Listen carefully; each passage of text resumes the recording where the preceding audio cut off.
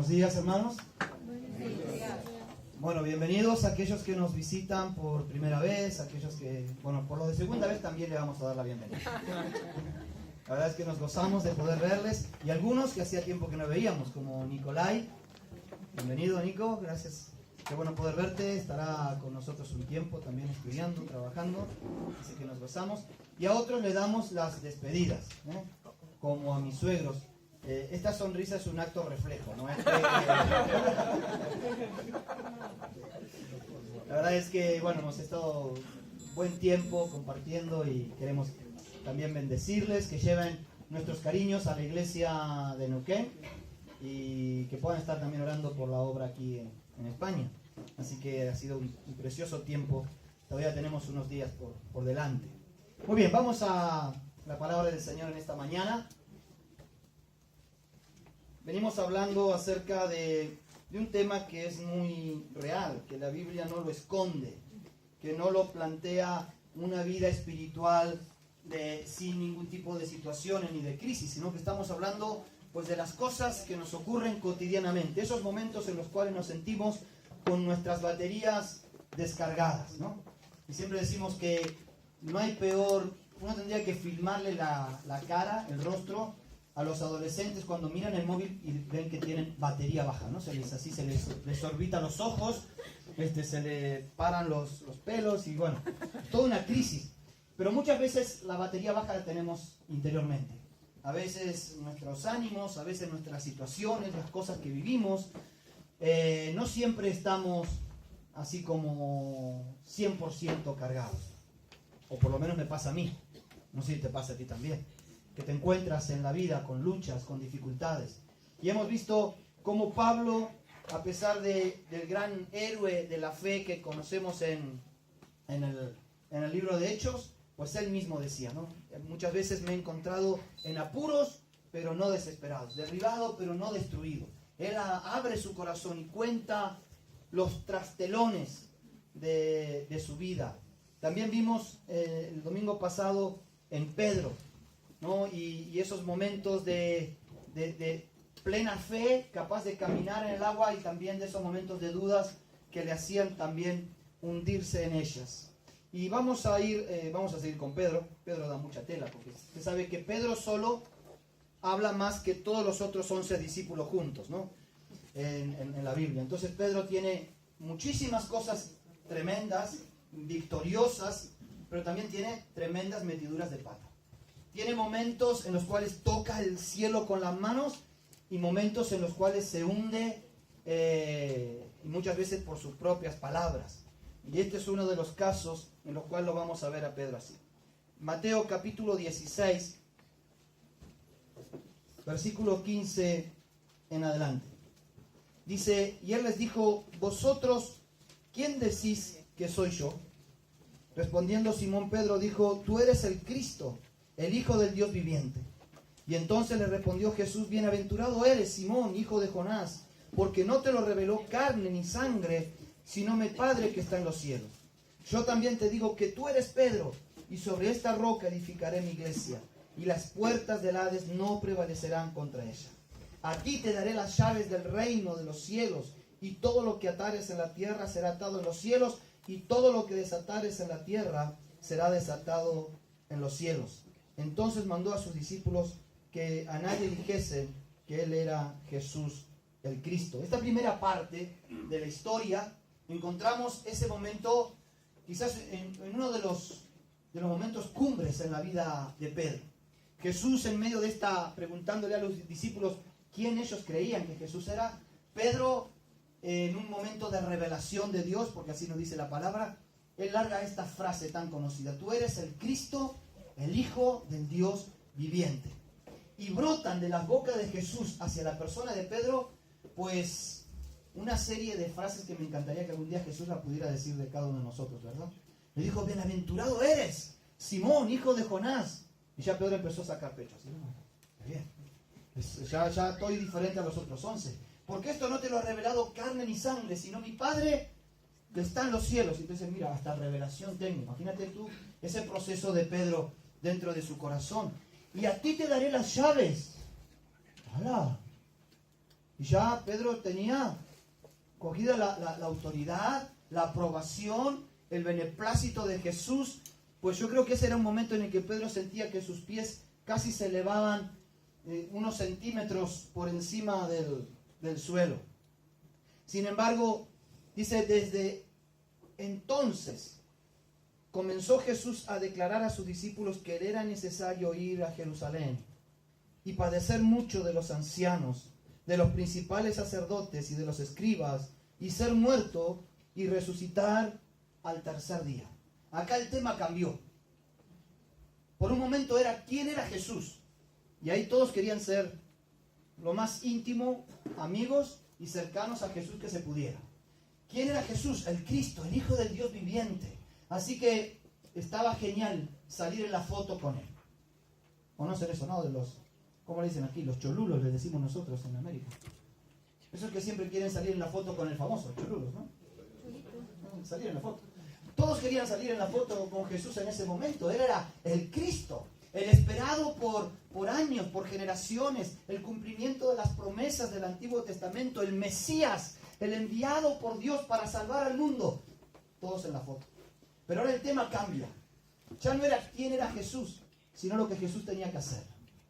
Y dice que desde entonces Jesús le empezó a decir a ellos que era necesario ir a Jerusalén, padecer mucho en manos de los judíos y morir. Y ahí entonces la cosa ya era distinta, ¿no? A ver, esto de un Mesías que reine, genial, pero de un Mesías que padezca, que vaya a la cruz, que sufra y muera. Y entonces Pedro en ese momento dice que empezó a reconvenirle. Tomándole aparte, le comenzó a reconvenir diciendo: Señor, ten compasión de ti y que en ninguna manera esto te acontezca. Pero él, claro, a ver, Jesús, acuérdate, yo soy el de las llaves, ¿no? Yo soy el que tiene la revelación. Tú lo dijiste, esto no te lo ha revelado carne ni sangre. Tú eres el que me ha dado todas estas palabras, así que ahora yo tengo un consejo para darte. Mira, que no sufras. Hagamos lo posible con tal de que tú no pases por las pruebas y por las dificultades. Que esto de ninguna manera te acontezca.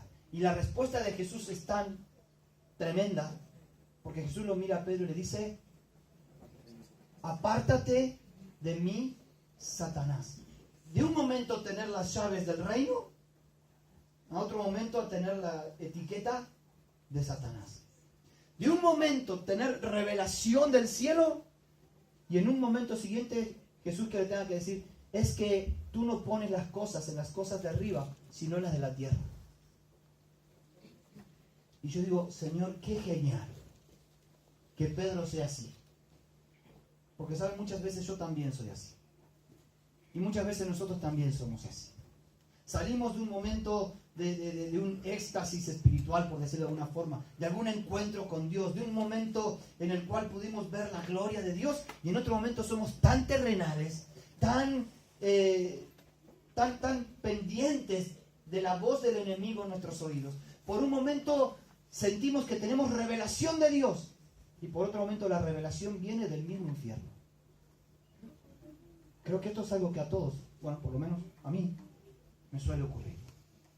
Y por eso me gusta cuando vemos estas historias de hombres que Dios usaba, que Dios amaba, que Dios podía llevar a cumplir un propósito de eternidad, pero que tenían debilidades, que tenían luchas y que tenían cosas como las tuyas y como las mías.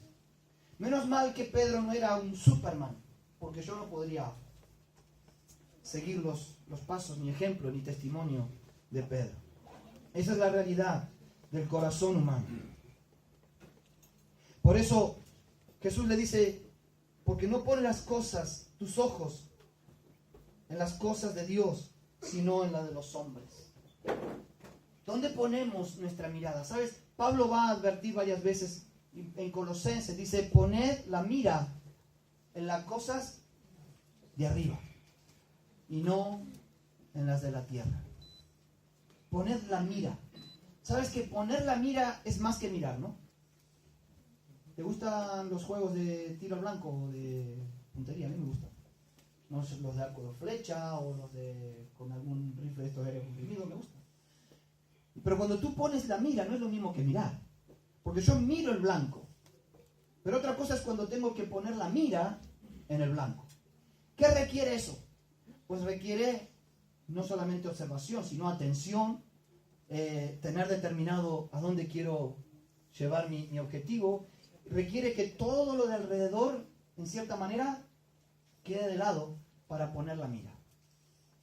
Jesús no quiere solamente que contemplemos las cosas del cielo. Dice, poned la mira en las cosas de arriba y no en las de la tierra. O como dice Hebreos en el capítulo 12, puestos los ojos en Jesús, el autor y consumador de la fe, el cual por el gozo puesto delante de él sufrió la cruz, menospreciando lo oprobio, y se sentó a la diestra del trono de Dios. La reconvención, el reto, podríamos decir, que Jesús hizo a Pedro, era porque Pedro en un momento podía ver las cosas de arriba y discernir el cielo. Tú eres el Cristo, el Hijo del Dios viviente. Pero en otro momento ponía la mira en las cosas de la tierra y no en las del cielo. ¿Y qué es lo que Pedro hizo cuando cambió su mirada? Pues lo que le dijo es, en ninguna manera esto te acontezca. Miren, verso 21, vamos a ir así. Desde entonces comenzó Jesús a declarar a sus discípulos que él era necesario ir a Jerusalén, padecer mucho de los ancianos, de los principales sacerdotes, de los escribas, y ser muerto y resucitar al tercer día. Lo primero que vemos aquí en Jesús es la claridad de su propósito. La claridad de su propósito. Jesús tenía muy claro lo que tenía por delante, a dónde tenía que ir y lo que iba a pasar yendo allí. Y esa claridad de su propósito le hacía a él sobreponerse a los obstáculos, a las trabas o a las dificultades que ese camino le fueran a traer. Dice, yo tengo que ir, mi propósito es dar mi vida, mi propósito es entregar mi vida a la cruz. En el proceso tengo que padecer, tengo que sufrir y tengo que estar expuesto a los judíos, a los fariseos y a los escribas. Y es que ¿quién te ha dicho a ti que para cumplir un propósito de Dios no vas a tener que pasar por pruebas, por luchas y por dificultades? Es que Jesús lo tenía tan claro, su propósito,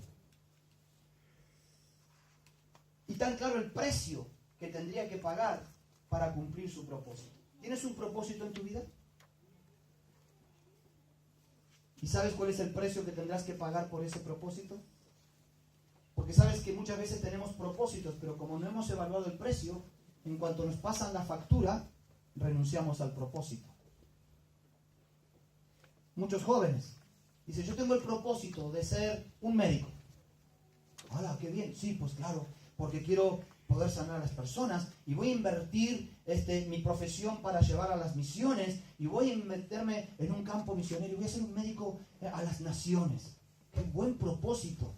Hasta que llega el turno que tiene que leerse anatomía 1, anatomía 2, anatomía 3, quedarse hasta las 4 de la mañana a estudiar para rendir un examen, superar las exigencias de los profesores. Ah, no, que mejor me hago panadero. Que no está nada mal que sea panadero, pero ¿entiendes? A veces, por no evaluar el precio de nuestro propósito, Jesús tenía en claro cuál era su propósito, pero también cuál era el precio que tenía que pagar. Jesús le advirtió a sus discípulos esto, y le dijo, ¿qué persona que va a construir una torre no se sienta antes y saca cuentas? A ver si le va a alcanzar. No vas a hacer cosa que termine la construcción por la mitad y todos los demás se burlen. ¿O quién que vaya a la guerra contra un ejército no saca cuenta antes a ver si va a poder afrontar a su ejército con los soldados que tiene? O quizás le convenga mandar un emisario de paz antes de enfrentar la guerra. Es que nosotros en nuestros afanes emocionales, en nuestros ímpetus, en nuestros deseos, a veces nos tiramos con propósitos en nuestra vida sin evaluar el costo. ¿Qué le dijo Pedro cuando Jesús dijo, tengo que ir a morir? Pedro le dijo, pues yo voy contigo. Si hay que morir, pues muramos juntos, vamos. ¿Hasta cuándo? Hasta que cantó el gallo. Hasta que le cantó el gallo. Entonces, Jesús era alguien que tenía un propósito claro, y el propósito claro es lo que te permite sobrellevar y superar el sufrimiento. Como decía Lidia, muchos llegamos de diferentes países a España. Y se vende España en América como la tierra prometida. Y muchos vienen aquí, claro, hasta que llegan aquí. Y hasta que vas a extranjería. O hasta que empiezas los trámites con la policía y te tienen de un lado para el otro y te pelotean, y los trámites y la burocracia. Y hasta que tienes que conseguir un trabajo, y hasta que tienes... Y si tú no tienes en claro el propósito para el cual viniste aquí, pues te pegas la vuelta y te vuelves. Y en la vida espiritual nos pasa muchas veces exactamente lo mismo. Pero Jesús no solamente tenía claridad en su propósito, en el precio de pagar su propósito, sino en el poder de Dios. ¿Por qué le dijo Jesús? Tengo que ir, padecer mucho de los ancianos, de los sacerdotes y ser muerto. Qué pálida, ¿no? Qué bajón. Hasta ahí escuchó Pedro. Pedro llegó hasta ahí y cerró sus oídos. Y no escuchó lo que Jesús siguió diciendo. ¿Qué siguió diciendo Jesús? Y resucitar al tercer día. O sea, que te mueres. ¿Cuál es el problema? Si resucitas al tercer día. ¿Me estás entendiendo? Pero cuando tú no tienes la claridad del poder de Dios, de la gracia de Dios, del propósito de Dios, entonces el dolor y el sufrimiento te agobia, te detiene, te baja las baterías, como decíamos, te deprime. A ver, ¿qué tiene este leve tribulación momentánea? Si no se compara con el eterno peso de gloria. Pero es que si no conocemos el eterno peso de gloria y lo único que lo que tenemos es la tribulación momentánea, pues entonces, pues ya no sabemos de dónde tirar. Jesús tenía esto en claro. Y por eso, cuando Pedro le reconviene, Jesús le responde de esa manera. Apártate de mí, Satanás. A veces escuchamos selectivamente, no sé. A veces escuchamos lo que queremos escuchar. A veces escuchamos solamente la parte mala y no escuchamos la parte buena. O a veces al revés. A veces escuchamos la parte buena, pero no escuchamos la parte mala que viene incluida. Nos gustan las promesas de Dios. Amén. ¿Pero has leído alguna vez las condiciones a las promesas de Dios? ¿Sabes que no hay promesa sin condición? Nos gusta pensar que el hombre que está en Dios, todo lo que hace, prosperará. Eso lo tenemos allí, súper claro.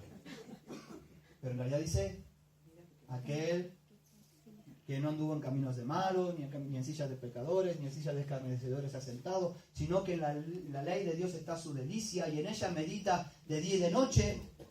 Y entonces, eso es un entonces. La promesa es un entonces. Ahora, Jesús le había dicho esto. Hay un dolor, pero hay un después. Voy a resucitar.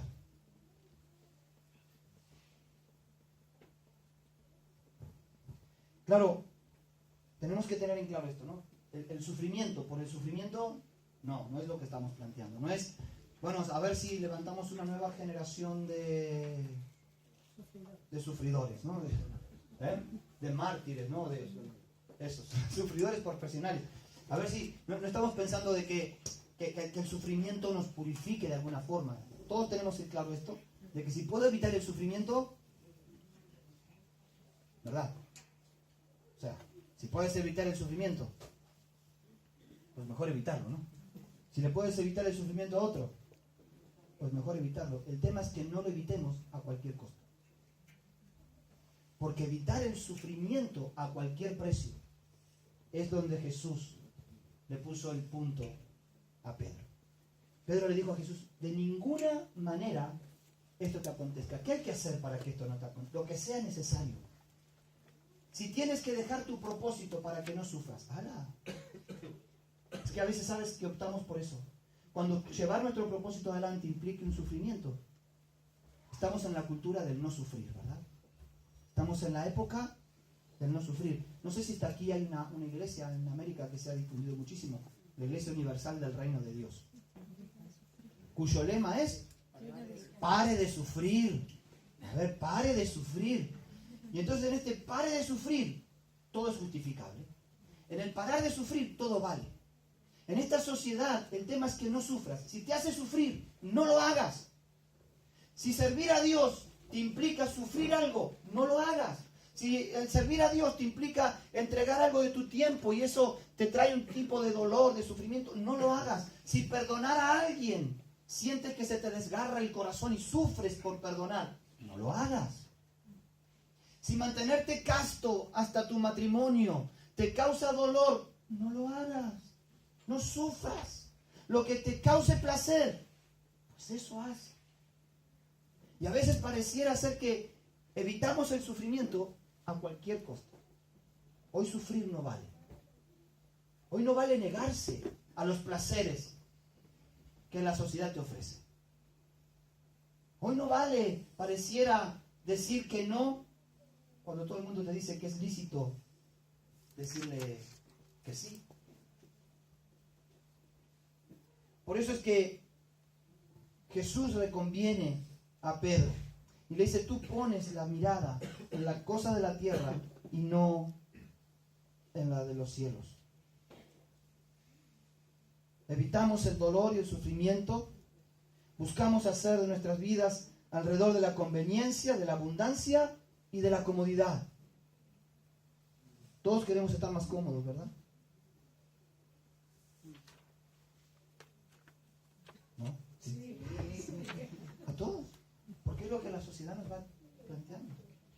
Pero si de repente en el propósito de Dios, en el caminar con Dios, de repente ya no puedes estar tan cómodo. Y tienes que dejar un poco de tu comodidad para cumplir el propósito y el llamado de Dios.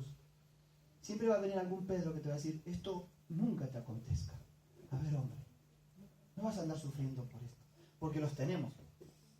¿Cuántas veces te has tenido un Pedro cerca que te ha dicho: oye, no vayas a andar sufriendo? Toma el camino más fácil. Agarra la ruta más corta. Coge el sendero más simple.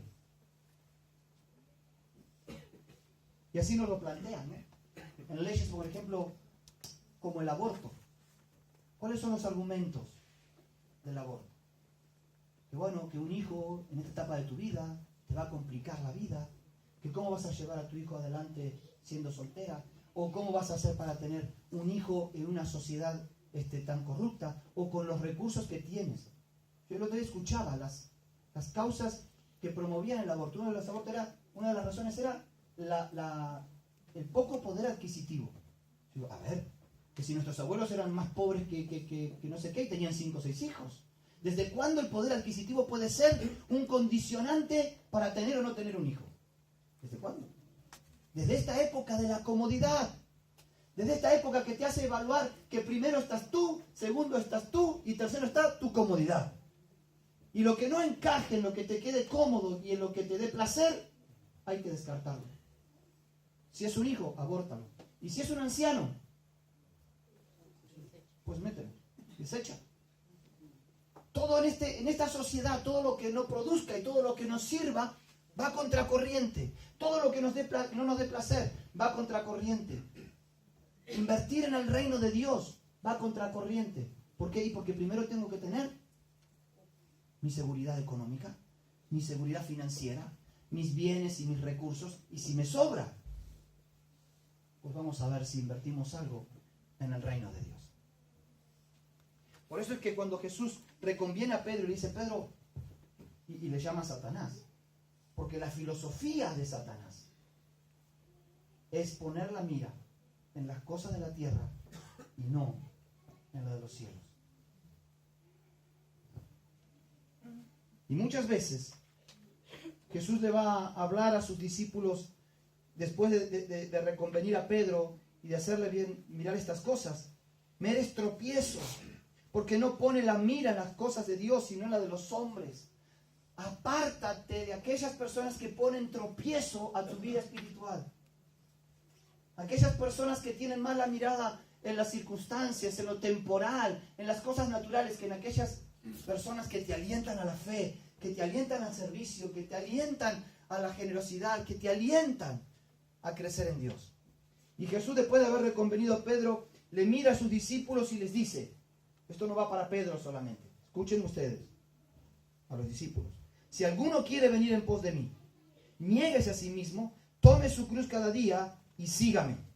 Porque todo el que quiera salvar su vida la perderá, y todo el que pierda su vida por causa de mí la hallará. ¡Hala! Jesús los confronta con el pensamiento del infierno. Mira por ti mismo, que esto nunca te acontezca, evita el sufrimiento a toda costa, que tengas tus cosas seguras aquí en la tierra, con el pensamiento de Jesús. El que quiera salvar su vida, la perderá. Pero el que la pierda por causa de mí, la hallará. El que quiera ser mi discípulo, tome su cruz cada día. Niéguese a sí mismo y sígame. Hoy a Jesús no lo dejarían entrar en muchas iglesias modernas, en donde Jesús empezara a plantear que seguirle a Él implicaba tomar alguna cruz. Pues no, a no ser que sea una cruz de esas de goma espuma, livianas y sin dolor, no nos gusta mucho. Pero es que es la realidad. A veces tenemos que perder para ganar. A veces Dios te va a pedir entregarte para que puedas recibir. A veces Dios te va a pedir negarte para que puedas encontrar. El que pierda su vida la hallará. Y esto es un desafío para nosotros. Cuando nos sentimos a veces, porque ¿sabes una cosa? Querer ganar el mundo, pues es una fatiga. Estar preocupado permanentemente por cómo retengo lo que he logrado, cómo haciendo mayores posiciones de privilegio, cómo puedo tener mayor reconocimiento. Eso es un cansancio, eso nos agobia. En algún momento tenemos que decir, bueno, ya no quiero luchar por lo que lucha este mundo, quiero ir por donde va el reino de Dios. Por donde van los principios y las verdades de Dios. ¿Alguna vez escucharon esta frase? Tú te mereces ser feliz. Tú lo vales. No sufras. Tú te mereces ser feliz. Ahora, nos merecemos ser felices, claro. Pero a cualquier costo. A cualquier precio. Perdiendo nuestra integridad. Perdiendo nuestros valores. ¿O no nos damos cuenta que cuando estamos dispuestos a morir es cuando vivimos? Cuando estamos dispuestos a darnos es cuando recibimos. Porque ¿qué gana? Jesús le decía, ¿qué aprovecha el hombre si ganare todo el mundo y perdiere su alma?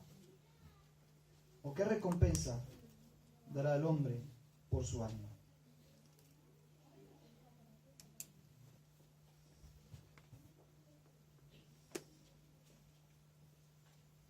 Seguir a Cristo a veces puede implicar que tengamos que perder a los ojos de este mundo. Cuando Dios nos llamó para el ministerio pastoral, creo que lo contábamos el miércoles, me parece, la reunión de oración. Pero yo tenía 22 años, trabajaba en el banco, tenía a mi hijo mayor con 1 año y embarazada a mi esposa de Jonathan. Época de hiperinflación en Argentina. Y para poder yo ir a servir al Señor por 3 meses a Neuquén, yo tenía que renunciar a mi trabajo, a mi obra social, a la atención que Patricia estaba teniendo con los médicos que tenía. Y después de 3 meses, íbamos por 3 meses a sobrevivir a Neuquén, y después de 3 meses volver a Buenos Aires, terminar un año más de estudio, sin trabajo, ninguno de los dos, y sin saber cómo Dios iba a hacerse cargo de la cosa. Y era decir, bueno, ¿sabes lo que nos decían? Muchos, hasta algunos pastores, ¿cómo vas a ir a sufrir allí? Al sur, a Neuquén, una iglesia que eran 15 personas. ¿Cómo vas a ir a sufrir allá? Estando aquí en Buenos Aires, en la capital, en la iglesia de 11. Rocío conoce la iglesia de 11. Y no tenía sentido. Pero es que a veces cuando tú quieres servir a Dios y seguir a Dios, tendrás que considerar como pérdida lo que otros considerarían como ganancia. Y Dios tiene a su tiempo su recompensa. Y fuimos a la iglesia. Empezamos a trabajar y a servir. El Señor empezó a hacer crecer la obra por su gracia. Llegó un momento en que, como ahora, pensábamos extender las estacas de nuestra tienda y teníamos que conseguir más espacio. Y empezamos a construir la iglesia. Y en ese tiempo, yo ya estaba sirviendo en la iglesia y estaba también trabajando. Y hemos podido por fin tener nuestro coche. Y vender nuestro coche y que nos pagaran con un terreno. Y en Argentina, pues tener un terreno no es algo tan fácil, ¿no? Así que teníamos ahí el proyecto de nuestra casa. Y a la vez la construcción de la iglesia. Y llegó un momento que teníamos que pagar el techo de la iglesia. Y vino quien quiso comprarnos el terreno. Y entonces ahí entramos en una lucha con Dios. Porque vendimos el terreno y la plata que nos dieron de terreno, de nuestro trabajo, de nuestro esfuerzo y de nuestros sueños. Dijimos, Señor, aquí está el techo de la iglesia. Porque hay momentos en que dar, hay momentos en que lo demás pareciera perder, hay momentos en que para lo que lo demás pareciera ser cosas de locos, tienes que poner la mirada en las cosas de Dios. Hay veces que perder es ganar con Dios. Dios utiliza estas contradicciones, ¿no? A veces dar es recibir. A veces entregarse es crecer. Por eso es que la pregunta sería, ¿cuándo fue la última vez que servir a Dios nos costó algo? ¿Cuándo fue la última vez que servir a Dios te costó un precio? Te costó, no un precio solamente económico, ¿no? O quizás sí. ¿Cuándo fue la última vez que Dios te pidió que dieras algo más allá de lo que nos sobraba? Porque para dar de lo que nos sobra estamos todos mandados. ¿Cuándo fue la última vez que Dios te pidió más tiempo de que creías que no tuvieras? Porque a veces en el cumplir ese propósito, como Jesús, ¿verdad? Yo tengo que cumplir ese propósito y sé que en el proceso pues voy a tener que sufrir. Pero ¿cuál es el problema? Si voy a resucitar. ¿Cuál es el problema de esta leve tribulación momentánea si hay un eterno peso de gloria? ¿Cuál es el problema de entregarme para servir al Señor si el Señor va a recompensar porque Él es galardonador de los que le buscan? Y es que a veces nos pasa. Pasamos de una revelación de Dios, de poner los ojos en el Señor, a poner los ojos en las cosas de la tierra. Como Pedro. ¿A dónde tienes puestos tus ojos en este tiempo, iglesia? ¿A dónde ponemos nuestros ojos en este tiempo? ¿A dónde está puesta nuestra mirada? ¿Cuáles son nuestras expectativas y nuestros propósitos? ¿Sabes? Aun cuando tengas que pasar tiempos de prueba y de dificultad, Dios está allí contigo. ¿Sabes lo bueno? Cuando Jesús le dijo, voy a ir y voy a morir, pero voy a resucitar. El sufrimiento en algún momento se termina. En algún momento el sufrimiento, lo que pases, la prueba, se termina. Porque así el Señor hace en medio de sus hijos. Amén. Amén. Vamos a orar. Yo quisiera que puedas poner en esta mañana tu mirada, no como Pedro, en las cosas de la tierra, no centrado en las situaciones o circunstancias que quizás te rodeen, sino que puedas levantar tus ojos al cielo, que puedas poner tus ojos en el Señor, porque ahí es donde encontramos fortaleza en la debilidad. Ahí es donde podemos encontrar de su esperanza, de su gracia, de su aliento. Señor, en el nombre de Jesús, te damos gracias, porque creemos que tú eres el mismo, ayer, hoy y por los siglos. Y que también nosotros tenemos, Señor, actitudes que repetimos. Señor, gracias porque a veces tú nos das esa revelación de saber que tú eres el Cristo, esa seguridad, esa fe, esa confianza. Pero otras veces, Señor, como Pedro, pensamos, evaluamos y decidimos conforme a este mundo, poniendo los ojos en la tierra y no en ti. Señor, haz que nuestra mirada se eleve, haz que nuestros ojos se levanten a ti, Señor, y que no pongamos los ojos en las cosas de la tierra, sino en tus cosas. Haz, Señor, que podamos caminar con paciencia la carrera que tenemos por delante, puestos los ojos en Jesús. Haz, Señor, que tengamos la esperanza que aún a pesar de las pruebas y las tribulaciones, todo pasará. Y tú, Señor, estarás allí con nosotros al final del camino. Señor, esa es nuestra seguridad y confianza. En el nombre de Jesús. Amén. Amén. Amén. Señor les bendiga, hermanos. Y que en esta semana, bueno, yo sé que caminar así es medio peligroso, pero camine con los ojos puestos en las cosas de arriba y no en las de la tierra. Amén.